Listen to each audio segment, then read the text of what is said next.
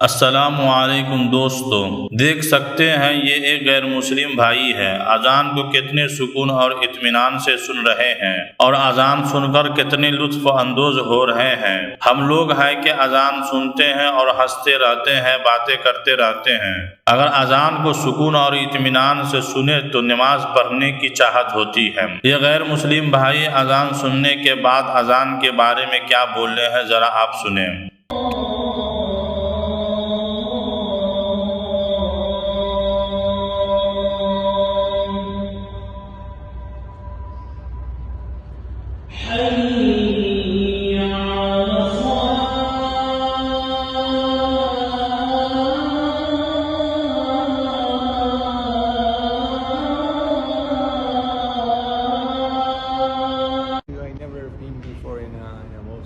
It's a really good experience. You can feel something special here.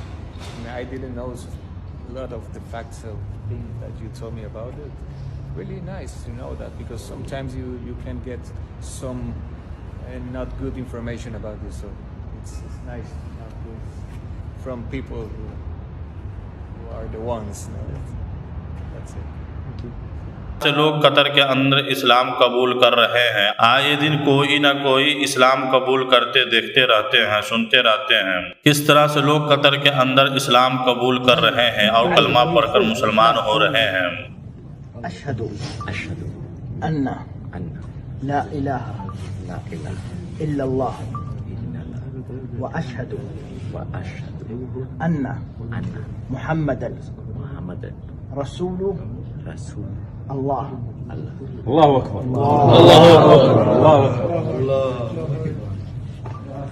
Qatar के लोगों ने जफरानी कपड़ा पहनने वालों को भी इमामा पहना दिया। कतर के लोगों ने यह बता दिया है कि मेहमान नवाजी कैसे किया जाता है, किस तरह से छोटे छोटे बच्चे लोगों को खाने पीने के सामान तकसीम कर रहे हैं। कतर ने दुनिया को ये बता दिया है कि इस्लाम दुनिया के अजीम और पुरसुकून मजहब है। दुश्मनाने इस्लाम को ये बता दिया है कि तुम चाहकर भी इस्लाम को ख़त्म नहीं कर सकते हो। और हमारा वीडियो आप लोगों को पसंद आया है तो वीडियो को लाइक और चैनल को सब्सक्राइब ज़रूर करें। अल्लाह हाफिज़।